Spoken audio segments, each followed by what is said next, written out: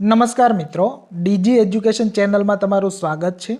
મિત્રો, ગુજરાત રાજ્યના ITI pass થયેલા તાલીમાર્થીઓ માટે એક ખૂબ જ સારા સમાચાર છે। ગુજરાત રાજ્યના જીએસઆરટીસી વિભાગ દ્વારા હેલ્પરની જગ્યા માટે સરકારી ભરતીની જાહેરાત કરવામાં આવી છે। આ ભરતીમાં 1600થી પણ વધુ જગ્યાઓ છે, સાથે કાયમી સરકારી નોકરી છે અને આજના વિડીયોમાં આપણે ભરતી વિશેની સંપૂર્ણ માહિતી જોઈશું, જેમાં આપણે વાત કરીશું કે આ ભરતી માટે અગત્યની તારીખો કઈ છે, તમારે ફોર્મ છે એ ક્યાંથી ભરવાનું છે, કુલ કેટલી જગ્યા છે, કેટેગરી વાઇઝ કેટલી જગ્યા છે, પરીક્ષાનો સિલેબસ કેવો છે, પરીક્ષાની અંદર મેરિટ છે એ કઈ રીતે બનશે, પગાર ધોરણ છે એ કેટલું છે, તમારે ફી છે એ કેટલી ભરવાની છે અને સાથે જે અન્ય તમામ વિગત છે એની આપણે આ વિડીયોમાં ચર્ચા કરીશું। એટલે આજનો વિડીયો તમારા માટે ખૂબ જ અગત્યનો બની રહેશે, તો વિડીયોના અંત સુધી અમારી સાથે બની રહેશો। તો ચાલો મિત્રો, આ ભરતી વિશેની સંપૂર્ણ માહિતી મેળવીએ। ઓકે મિત્રો, તો આ જે ભરતી છે એ ગુજરાત રાજ્ય માર્ગ વાહન વ્યવહાર નિગમ એટલે કે GSRTC, Gujarat state road transport corporation દ્વારા છે એ જાહેર કરવામાં આવી છે। સૌથી પહેલી બાબત છે કે તમારે ફોર્મ છે એ ઓનલાઈન ભરવાનું છે અને તમારે જે વેબસાઇટ ઉપર ફોર્મ ભરવાનું છે એ www.ojas.gujarat.gov.in આ વેબસાઇટ ઉપર છે ફોર્મ ભરવાનું છે। હવે આગળ વધુ વાત કરીએ તો કે આ જે ભરતી છે એ બહાર પાડવામાં આવી છે એ જગ્યાનું નામ છે હેલ્પર અને પગાર ધોરણની વાત કરીએ તો પ્રથમ 5 વર્ષ જે છે એ તમને ફિક્સ પગાર છે મળવાનો છે કે જે 21,100 રૂપિયા છે। ત્યારબાદ 5 વર્ષ પછી તમારી જે નિમણૂક લાંબા ગાળા માટે થશે એમાં જે તમને ગ્રેડ પે લાગુ પડતો હશે એના મુજબ છે પગાર છે એ મળશે।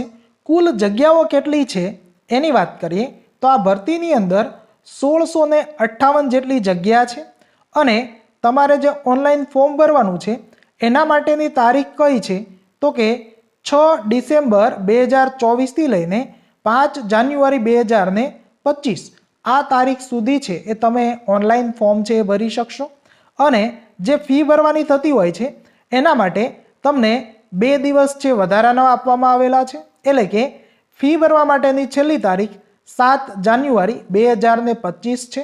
પરંતુ જો તમારે આ ભરતી માટે ફોર્મ ભરવાનું જ છે તો છેલ્લા દિવસની રાહ જોયા વગર તમારી પાસે જે જરૂરી ડોક્યુમેન્ટ છે એ પૂરતા પ્રમાણમાં હોય તો વહેલી તકે છે તમારે ફોર્મ અને ફી બંને છે ભરી દેવાનું રહેશે। ઓકે, હવે જે અલગ અલગ કેટેગરી વાઇઝ જગ્યા કેટલી છે એની વાત કરીએ તો કે કુલ જગ્યા છે 1658 છે, જેમાં જનરલ કેટેગરી માટે છે એ સામાન્ય જગ્યા 494 અને મહિલાઓ માટે 243 જેટલી છે।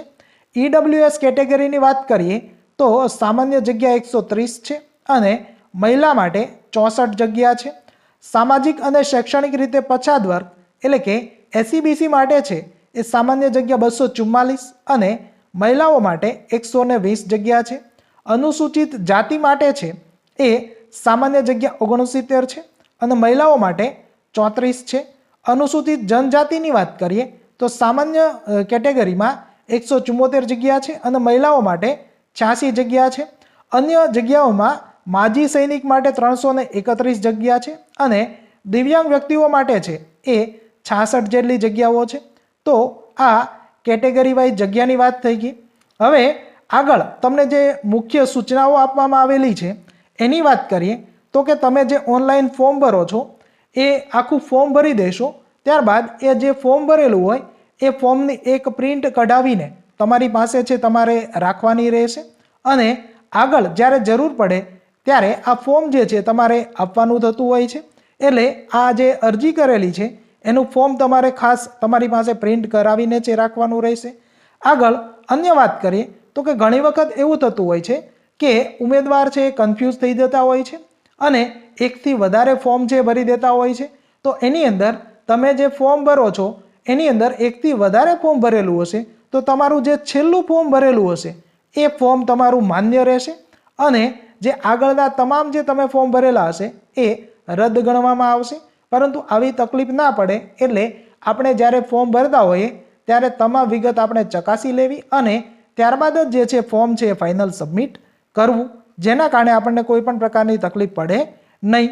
હવે આગળ વાત કરીએ તો કે આ જે ભરતી છે એમાં ફાઇનલ સિલેક્શન છે એ કયા ધોરણે થશે, કઈ રીતે થશે એની વાત કરીએ તો કે તમે આઈટીઆઈની અંદર જે કોઈ પણ ટ્રેડ પાસ કરેલો છે, આગળ આપણે વાત કરીશું કે કયા કયા ટ્રેડ છે આ ભરતી માટે એલિજિબલ છે. તો તમે એ જે ટ્રેડ પાસ કરેલો છે એમાં જે તમે ટકાવારી મેળવેલી છે એ ટકાવારીના 55% ગુણ જે છે એ આની અંદર છે ગણતરીમાં લેવામાં આવશે. એટલે કેવી વાત થઈ કે તમારે 100% આઈટીઆઈમાં પૂરેપૂરા આવેલા હોય તો એના લેખે તમને 55 માર્ક છે એ મળશે. હવે આમાં ફેરફાર એવો થશે કે તમારે સપોઝ કે 80% આવેલા છે તો 55% લેખે જે છે એ તમારી ગણતરી થઈને જે મેરિટ બનતું હોય એને છે ધ્યાનમાં લેવામાં આવશે. અને આગળ વાત કરીએ તો કે તમે આઈટીઆઈ પાસ કર્યા બાદ એપ્રેન્ટિસ કરેલું છે તો તમને ઓટોમેટિકલી છે એ અગ્રતા ધોરણ છે આપવામાં આવશે અને તમને 15% ગુણ જે છે એ એપ્રેન્ટિસના આપવામાં આવશે. એટલે કે મેરિટ આખું તૈયાર જે થશે 100 માર્કનું, એમાં જે તમે એપ્રેન્ટિસ કરેલું હશે તો તમને જે 15 માર્ક જે છે એ એપ્રેન્ટિસના આધારે છે એ મળી જશે. ત્યારબાદ આગળ વાત કરીએ તો કે આ જે 55% છે એ 55% લેખે જે તમારું મેરિટ બને છે એ 15% એપ્રેન્ટિસનું મેરિટ અને એના આધારે 70% વેઇટેજ બની જશે અને બાકીના રહે છે 30%, 100માંથી 70 બાદ કરીએ તો 30%. તો એના લેખે જે છે એ એક 100 ગુણની છે પરીક્ષા લેવામાં આવશે. એ પરીક્ષા તમારે આપવાની રહેશે. એ જે પરીક્ષા તમે આપો છો એની અંદરથી જે તમારે માર્ક આવે છે એના લેખે 30% ગુણ છે તમારા ગણવામાં આવશે. સપોઝ કે પરીક્ષા છે એ 100 ગુણની લેવામાં આવે છે ને તમારે 100માંથી 100 પૂરા માર્ક આવે છે તો એના લેખે તમારા 30 માર્ક છે ગણતરીમાં લેવામાં આવશે. પરંતુ જો 80 માર્ક આવશે તો એના લેખે એની ગણતરી કરીને તમારું મેરિટ છે તૈયાર થશે. ત્યારબાદ આગળ વાત કરીએ તો કે જે પરીક્ષા દેવાની છે એ પરીક્ષાની અંદર કેટલા વિદ્યાર્થી છે, કેટલા તાલીમાર્થી છે એને બેસવા દેવામાં આવશે. કારણ કે ફોર્મ જેટલા એ ભરેલું હશે એટલા બધાને છે એ પરીક્ષા આપવા દેવામાં આવતી હોતી નથી. એનું પણ છે એ મેરિટ તૈયાર થતું હોય છે. તો એના માટે જે છે એ પરીક્ષા માટે 1:15 રેશિયો છે એ ગણતરીમાં લીધેલો છે. એટલે કે કુલ જેટલા જે ફોર્મ ભરાશે એની અંદરથી એવી રીતે ગણતરી કરવામાં આવશે કે જે આગળના એટલે કે એક જગ્યા માટે 15 વિદ્યાર્થી છે એની લેખિત પરીક્ષા લેવામાં આવશે. તો આગળ તમારું જે આઈટીઆઈમાં ટકાવારી આવેલું છે એના લેખે 55% અને જે તમે એપ્રેન્ટિસ કરેલું છે એના 15% ગુણ એને ગણતરીમાં લઈને છે એ એક જગ્યા સામે 15 ઉમેદવાર જે છે એને પરીક્ષાની અંદર બેસવા દેવામાં આવશે. અને ત્યારબાદ જે છે એ તમારું આખું મેરિટ છે તૈયાર કરવામાં આવશે અને તમને જે છે એ આગળ પરીક્ષા આપવા દેવામાં આવશે. પરીક્ષા બાદ જે છે એક જગ્યા માટે 1.5 ઉમેદવાર એટલે કે જેટલા જગ્યા છે એના 1.5 ઉમેદવાર જે છે એને ડોક્યુમેન્ટ વેરિફિકેશનમાં બોલાવવામાં આવશે અને ફાઇનલ જે છે એ સિલેક્શન લિસ્ટ છે બહાર પાડવામાં આવશે. તો આ રીતે જે છે એ તમારું સિલેક્શન છે કરવામાં આવશે. હવે આગળ અન્ય વાત કરીએ તો કે આની અંદર ઉંમર જે છે વય મર્યાદા કેટલી છે તો સામાન્ય રીતે જે છે એ 18 થી 35 વર્ષની જે છે એ વય મર્યાદા છે. પરંતુ જે રિઝર્વ એટલે કે અનામત કેટેગરીની અંદર આવે છે એ લોકો જે છે એમને આની અંદર વય મર્યાદામાં છૂટછાટ છે આપવામાં આવતી હોય છે. એની આપણે આગળ વાત કરીશું. હવે કયા કયા ટ્રેડ છે એ આ ભરતી માટે એલિજિબલ છે, ફોર્મ ભરી શકશે અને સિલેક્ટ થઈ શકશે એની વાત કરીએ તો કે તમે સરકાર માન્ય આઈટીઆઈનો મિકેનિક મોટર વ્હીકલ છે એનો કોર્સ કરેલો હોય, મિકેનિક ડીઝલનો કોર્સ કરેલો હોય, જનરલ મિકેનિકનો કોર્સ કરેલો હોય, ફિટર ટ્રેડ કરેલો હોય, ટર્નર ટ્રેડ કરેલો હોય, ઇલેક્ટ્રિશિયન હોય, શીટ મેટલ વર્કર હોય, ઓટોમોબાઈલ બોડી રિપેરર હોય, વેલ્ડર અથવા વેલ્ડર કમ ફેબ્રિકેટર હોય કે મશીનિસ્ટનો કોર્સ કરેલો હોય, કાર્પેન્ટરનો કોર્સ કરેલો હોય, પેઇન્ટર જનરલનો કોર્સ કરેલો હોય કે ઓટોમોબાઈલ પેઇન્ટ રિપેરરનો કોર્સ કરેલો હોય તો જે છે એ તમે આ જે ભરતી છે એના માટે છે ફોર્મ છે તમે ભરી શકો છો. અને અગ્રતા આપવા માટે એપ્રેન્ટિસ કરેલું હોય એને છે અગ્રતા છે આપવામાં આવશે। એનો મતલબ એવો છે કે તમે આ ટ્રેડ પાસ થયેલા છો અને એપ્રેન્ટિસ કરેલું છે તો તમને અગ્રતા આપવામાં આવશે। પરંતુ એવું નથી કે તમે જો માત્ર એપ્રેન્ટિસ કરેલું હશે તો જ તમે આ ભરતીની અંદર ફોર્મ ભરી શકશો, એવું નથી। તમે જો આ ટ્રેડ પાસ કરેલો હશે તો પણ તમે છે એ ફોર્મ ભરી શકો છો અને તમે જે છે એ આગળ જો પરીક્ષાની અંદર વધારે માર્ક લાવશો તો સિલેક્ટ પણ થઈ શકો છો। પરંતુ જેને એપ્રેન્ટિસ કરેલું હશે એને છે એ અગ્રતા આપવા માટે એ લોકો મેરિટની અંદર જે એના 15% લેખે જે માર્ક ઉમેરશે એ માર્ક જે છે એના ગણતરીમાં લેવાશે। નેક્સ્ટ આગળ વાત કરીએ તો કે આ જે ભરતી પ્રક્રિયા છે એના માટેનું વેઇટેજ કેટલું છે, તો આગળ આપણે ઓલરેડી વાત જે છે એ કરી લીધી છે કે તમે આઈટીઆઈમાં જે ટકા મેળવ્યા છે એ ગુણના 55% લેખે છે એ વેઇટેજ લેવામાં આવશે। એપ્રેન્ટિસના 15% લેખે જે છે એ વેઇટેજ લેવામાં આવશે। 100 માર્કની જે પરીક્ષા લેવામાં આવશે એના 30% લેખે જે છે એ વેઇટેજ લેવામાં આવશે અને 55 પ્લસ 15 એટલે કે 70 પ્લસ આ 30 એ વેઇટેજ થઈને કુલ 100 જે ગુણ છે એનું મેરિટ છે તૈયાર થશે અને એની અંદરથી તમારા ગુણ કેટલા થાય છે એ મુજબ જેટલી જગ્યા છે એ મુજબ જે છે એ સિલેક્શન કરવામાં આવતું હોય છે। નેક્સ્ટ આગળ વાત કરીએ તો કે જે પરીક્ષા લેવામાં આવશે એ પરીક્ષા કઈ રીતે લેવામાં આવશે એની વાત કરીએ તો 100 ગુણની છે એ ઓએમઆરની પરીક્ષા એટલે કે તમને જે ઓએમઆર શીટ આપવામાં આવશે એમાં રાઉન્ડ ટપકા કરીને છે એ આન્સર આપવાનો થશે અને આ પરીક્ષા માટે તમને 2 કલાકનો છે સમય આપવામાં આવશે। તમે શાંતિથી છે એ પરીક્ષા આપી શકશો। હવે જે સિલેબસ છે એની અંદર કયા કયા ટોપિકનો સમાવેશ થાય છે તો કે સામાન્ય જ્ઞાન છે, ગુજરાતનો ઇતિહાસ છે, ગુજરાતની ભૂગોળ છે, ગુજરાતના વર્તમાન બનાવો છે, જે ધોરણ 10 કક્ષા જે છે ત્યાં સુધીનું છે આ બધું ધ્યાનમાં લેવામાં આવશે અને એના જે છે એ 30 ગુણ એટલે કે 30 માર્ક રાખવામાં આવેલા છે। ગુજરાતી વ્યાકરણ જે છે એ ધોરણ 10 કક્ષા સુધીનું છે એના 5 માર્ક છે। અંગ્રેજી વ્યાકરણ છે એ પણ ધોરણ 10 કક્ષા સુધીનું છે એના પણ 5 માર્ક છે। લાયકાતના વિષય વસ્તુને લગતા પ્રશ્નો એટલે કે જેટલા ટ્રેડ આ ભરતી માટે એલિજિબલ છે એ તમામ ટ્રેડમાંથી અમુક પ્રશ્નો પૂછવામાં આવશે અને એના કુલ ગુણ 50 જેટલા છે। ત્યારબાદ 10 ગુણ જે છે એ કમ્પ્યુટરના ઉપયોગની પાયાની જાણકારી વિશેના પ્રશ્નો છે એટલે આ 10 ગુણ જે છે એ તમારા માટે ખૂબ જ અગત્યના બની જશે કે જે કમ્પ્યુટર વિષય છે એમાંથી પૂછવામાં આવશે અને એ રીતે ટોટલ 100 ગુણની એટલે કે 100 માર્કની પરીક્ષા છે લેવામાં આવશે।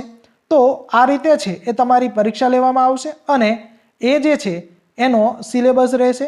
પરીક્ષાનું માધ્યમ જે છે એ ગુજરાતી રહેશે પરંતુ જે 5 માર્કના પ્રશ્નો અંગ્રેજી વ્યાકરણ માટે પૂછાવાના છે એ અંગ્રેજીમાં આવશે। બાકીના 95 પ્રશ્નો છે એ તમને ગુજરાતીમાં પૂછવામાં આવશે। હવે આગળ વાત કરીએ તો કે આ જે છે એ ખૂબ અગત્યનો મુદ્દો છે કે તમે જે પરીક્ષા આપો છો ત્યારે તમારે ખૂબ જ ધ્યાનમાં લેવાનું છે। તમારો પ્રશ્ન જો સાચો પડશે તો તમને 1 માર્ક છે આપવામાં આવશે પરંતુ જો તમે એમનેમ જ પ્રશ્ન છે એ કોરો છોડી દેશો કે જવાબ આપશો નહીં કે પછી તમે ખોટો જવાબ આપશો કે પછી તમે છેકછાક કરી હશે અથવા તો 1 કરતાં વધારે ટપકા છે એ રાઉન્ડ કરી દીધા હશે તો તમને જે છે એ માઇનસ સિસ્ટમ મુજબ જે છે એ 0.25 ગુણ છે એ માઇનસ કરવામાં આવશે। એટલે શું થશે કે તમારો એક પ્રશ્ન ખોટો પડશે અથવા તો કોઈ બીજી રીતે છે એ 1 માર્ક કપાશે તો 1 માર્કની સાથે 0.25 એટલે કે 1.25 માર્ક છે તમારા બાદ કરવામાં આવશે। માઇનસ સિસ્ટમ છે એ લાગુ કરવામાં આવેલી છે જે તમારે ધ્યાનમાં લેવાની છે।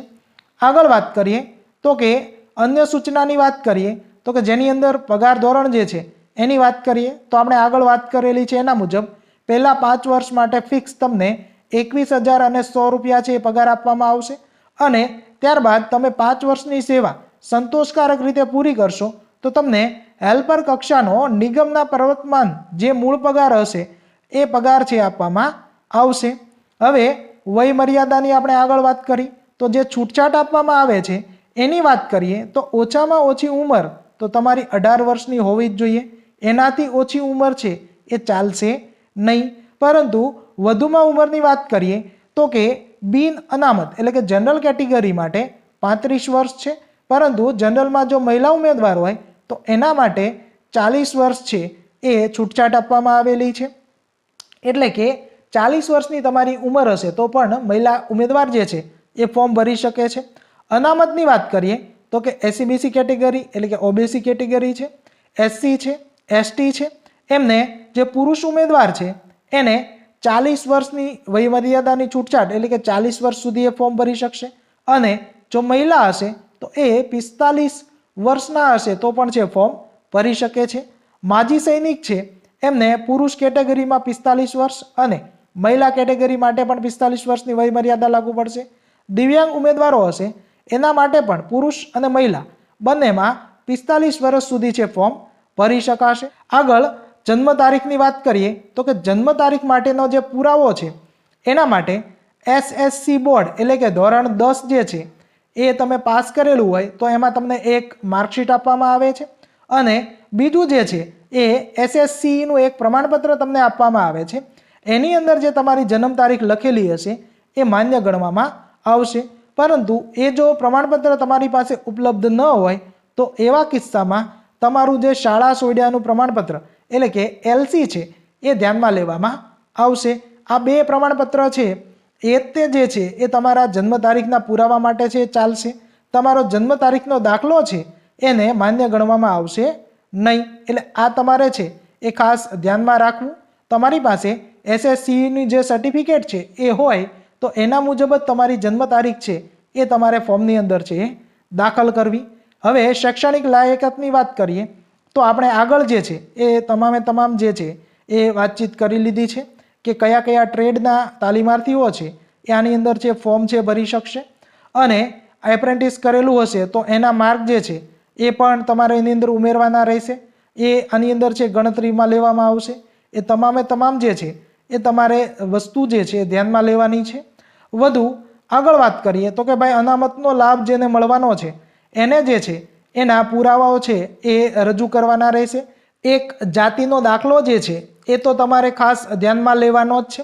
એની સાથે નોન ક્રિમિલિયર જે છે એ લાગુ જેને પડતું હોય કે જેને પરિશિષ્ટ 4 કહેવામાં આવે છે એ પણ છે તમારે કઢાવી રાખવાનું રહેશે. ઈડબ્લ્યુએસ કેટેગરીના ઉમેદવારો હોય તો એમને જે છે એ ઈડબ્લ્યુએસનું સર્ટિફિકેટ જે છે એ પણ કઢાવી રાખવાનું રહેશે. અનુસૂચિત જનજાતિના જે ઉમેદવારો છે એમને પણ પોતાના પ્રમાણપત્રો જે છે એ ધ્યાનમાં લેવાના રહેશે. અને ફાઇનલ તમારું સિલેક્શન થાય ત્યારે તમારી જે જાતિ લાગુ પડતી હોય એની જે છે એ ખરાઈ પણ કરવામાં આવતી હોય છે તો એ પણ તમારે જે છે એ ધ્યાનમાં રહેવાનું રહેશે. પરંતુ એ બાબત જે છે એ પછીની લાગુ પડે છે કે જ્યારે તમે પરીક્ષા પાસ કરી લ્યો તો એના માટે જે છે એ આપણે અન્ય પછી જે છે એ વિડીયો છે એ લાવી દઈશું કે ભાઈ તમારે કઈ કઈ બાબત જે છે એનો ખ્યાલ રાખવાનો છે. અને આ જે પરીક્ષા છે આ જે ભરતી છે એના માટે જે કોઈ પણ સિલેબસ લાગુ પડે છે એ સિલેબસ મુજબના વિડીયો જે છે એ આપણી ચેનલમાં ઘણા બધા ઉપલબ્ધ છે. પરંતુ હેલ્પર માટે જે છે એ આપણે અન્ય વિડીયો જે છે એ આ આપણી ચેનલ છે એની અંદર છે અપલોડ કરતા રહીશું. અને તમને જો આ ભરતી બાબતે કોઈ પણ પ્રકારની માહિતી છે એ જોતી હોય તો તમે કોમેન્ટ બોક્સની અંદર છે જણાવશો તો તમને એના વિશેની વિગત છે એ આપવામાં આવશે. બાકી જે છે એ અન્ય બાબતો જે છે એ જે લાગુ પડતી હોય એના માટે જે આ પરીક્ષા છે એની અંદર તમારે છે ધ્યાનમાં રાખવાની રહેશે.